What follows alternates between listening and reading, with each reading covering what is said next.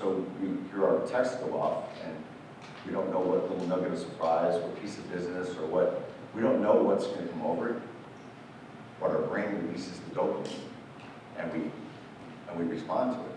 Now, the good thing about dopamine is that it's an excellent survival. It was a reason we're alive today, is because it allowed us to survive. Bad news about it is, it's extremely addicting. More addicting than alcohol or drugs. It's just extremely addictive. So we have to be careful as we use texting or email or Twitter or Facebook or LinkedIn, that we're not mistaking creating our relationships around social media, which is fine, it's a tool, but we can't mistake that with building a relationship, because it's not the same. I'm actually going to illustrate a point of that later, a little bit later in a different way. A few years ago, I love Santana, and I was trying to get some tickets for a Carlos Santana concert in Chicago. I called up a couple of months before the concert to the Live Nation, who was the concert promoter. And some guy answers the phone. It was a Sunday afternoon. I really didn't expect anything, otherwise I was going to leave a message. And it turns out that this guy was in the office at a kind of an odd hour on a Sunday, and it turns out he was the director of group ticket sales for the Chicago area. Perfect guy that I needed to talk to. So I said, hey, are there any tickets for the Carlos Santana concert coming up in May? And he said, are you a season ticket holder? I said, no, I'm not a season ticket holder. He goes, well, it's going to be kind of tough, and we kind of reserve them for the season ticket holders first, but if there's any left, I'll take the information, let you know. So about every week, I check back with him, and he'd give me his cell number. I check back with him, any tickets this week? No, no tickets this week. And then one day, I texted him on a Sunday afternoon, and I didn't get a response. And then I woke up Monday morning, and I saw that a response had come in at 1:35 a.m., a text.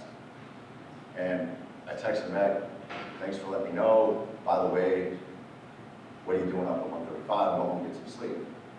And he responds, I got a 4-week-old baby girl. Now I have 3 girls, 3 daughters. They're all grown and married. Andy knows one of them pretty good. And so when he told me he had a 4-week-old girl, honestly, I completely forgot about the tickets. And I wanted to tell this guy everything I knew about raising daughters. I was just so excited for him. And so I had my assistant, we exchanged a couple texts back about girls and this and that. I had my assistant send him a little outfit or a baby gift or something. A couple days later, next week, I get a phone call, hey, guess what? 4 Carlos Santana tickets on me, don't worry about it. Backstage passes, you want to meet him, blah, blah, blah. He was also looking for connection. He's a new father with a daughter. He was probably scared to death. And the fact that somebody would reach out to him and be able to connect about having a daughter, that somebody was thoughtful enough to send a gift, it meant something to him. And to this day, his daughter Dalen, who's now 5 years old, to this day, Michael and I still keep in touch. And I sort of check in on Dalen. I know when her birthday is because he told me, and I kind of check on him every once in a while. So it's a relationship that will never change. We don't do business together, but it really doesn't matter. It's not the point.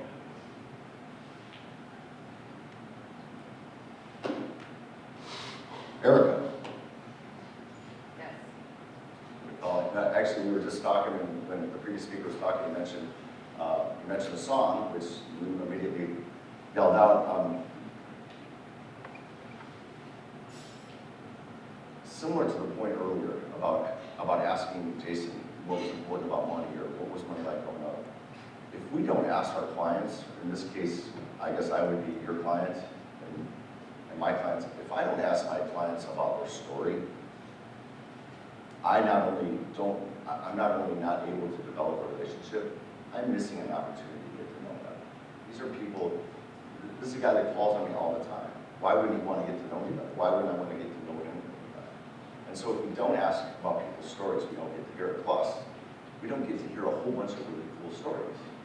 So when I sing, bye, bye, Miss America, bye, drove my ship. So some people know who that is. I know Erica does, right? So, does anybody have a memory, a person, a place and time, an activity that's connected to that song? Does anybody have something that you can think of as soon as you hear that song? You're smiling, so I'm going to know you said it. Do you have something that pops into your head, some story about that song? You don't have to tell it, I'm just asking. I won't embarrass It's you. one of my dad's favorites, so. It is. Yeah. This guy named Mitch Anthony, which I don't know if you guys have heard, he trains people on client relationships and so forth. He's an author.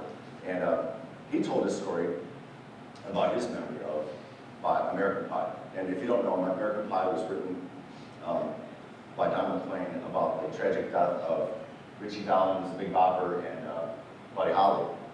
And it happened in February of 1959.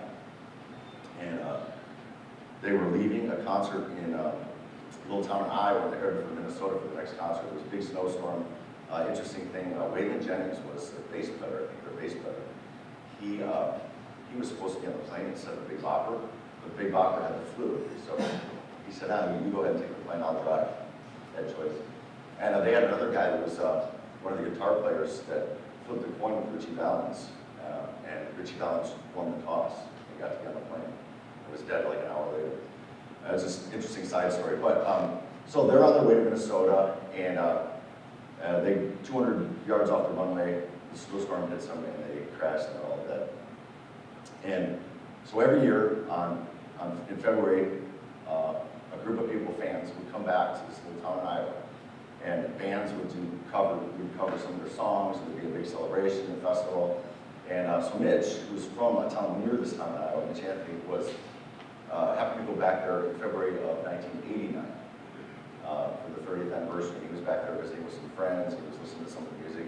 And they're standing there at the lobby of the hotel, and this big guy walks in, and he looked to be about 30 years old. And Mitch, he could talk to anybody. He just walked up and said, "Hey, I'm Mitch Anthony. Who are you?" And he said, "I'm J.P. Richardson II. He's Big Bopper's son, who, interestingly, he was born in March. He was born a month after his dad died. So he never met his dad. So he said, "Are you Big Bopper's son?" And the guy says, "Yeah, I am." He said, "How did you come back to the festival? You come every year?" He goes, "To be honest with you, sir, this is the first year I've had the nerve to be able to come back here after the crash. And actually had some things I had to pick up from the police station. Some of my father's effects that were never picked up." And so he's standing there in front of Mitch, and he's got this manila envelope, and he reaches inside of it, and he pulls out a watch. And the watch was stopped at 1:25 a.m., which was when the plane went down. It was his dad's watch. He turned it over, and there was an inscription on the back. Big Bopper did a lot of charity work, so there's a thank you inscription on the back, but it was a gift to him, apparently. And he turns the watch back over, and Mitch says, as sure as I'm standing here, that watch started to tick. And Big Junior dropped it back in the bag and ran away. And that's Mitch Anthony's story about American Pie. Now, it doesn't mean anything to anybody other than that's a really cool story, and I learned a lot from it. But if somebody hadn't asked Mitch about that, or a question like I just asked Jason, we don't get to learn about our clients, about our colleagues, and we miss out on some really good stories.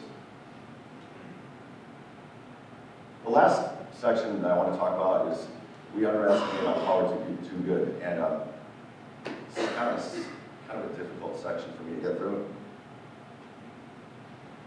because some of it gets very personal, and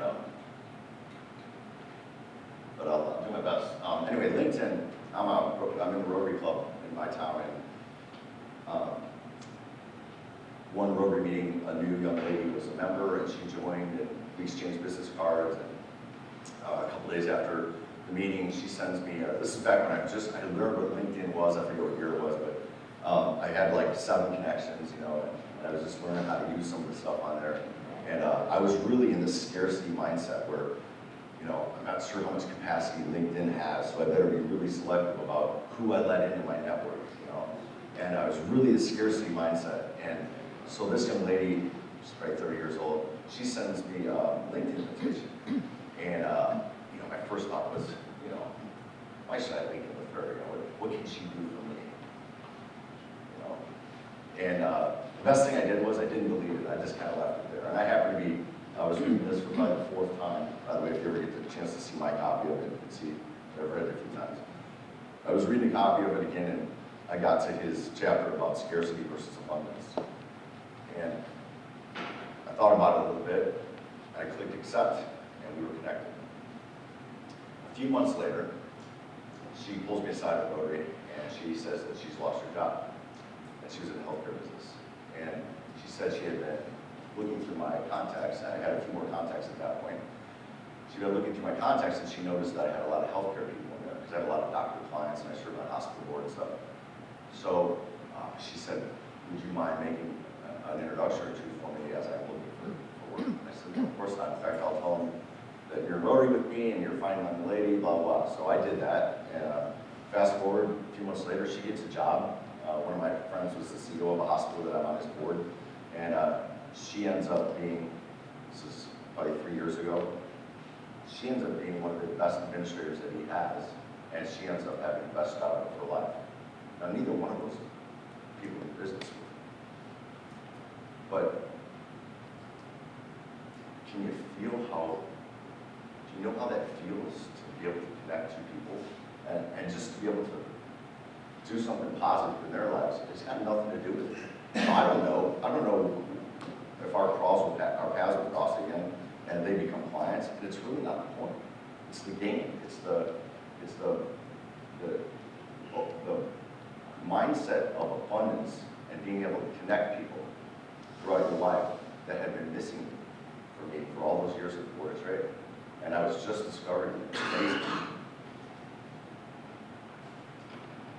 Can't really see this up close. It's semi-intentional, but what it is it's handwritten thank you note. And it's something that I do as a regular practice. If I go out to lunch with somebody or meet somebody, or they have some special event, something in the newspaper about them or their kids, I'll clip out the article and laminate it and send them a handwritten note. I've been doing it for years.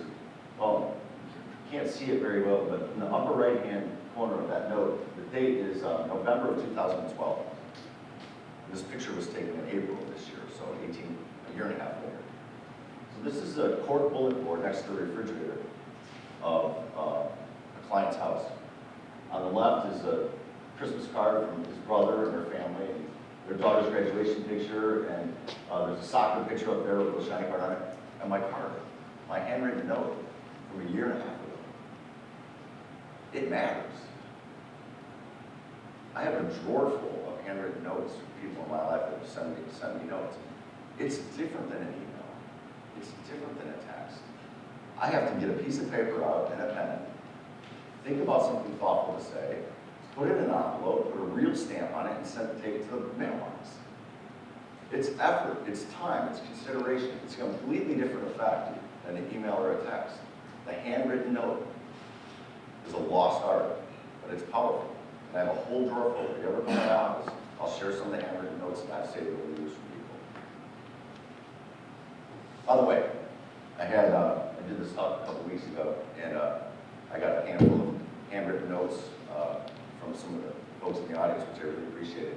And I had one who happened to be from the guy who covers me for that particular product, and he admitted that that was the first handwritten note he'd ever written. His parents just, that wasn't something that they grew up with. Nobody had ever told him. And it was awesome. It's in my drawer. It was a good note. The cookie story.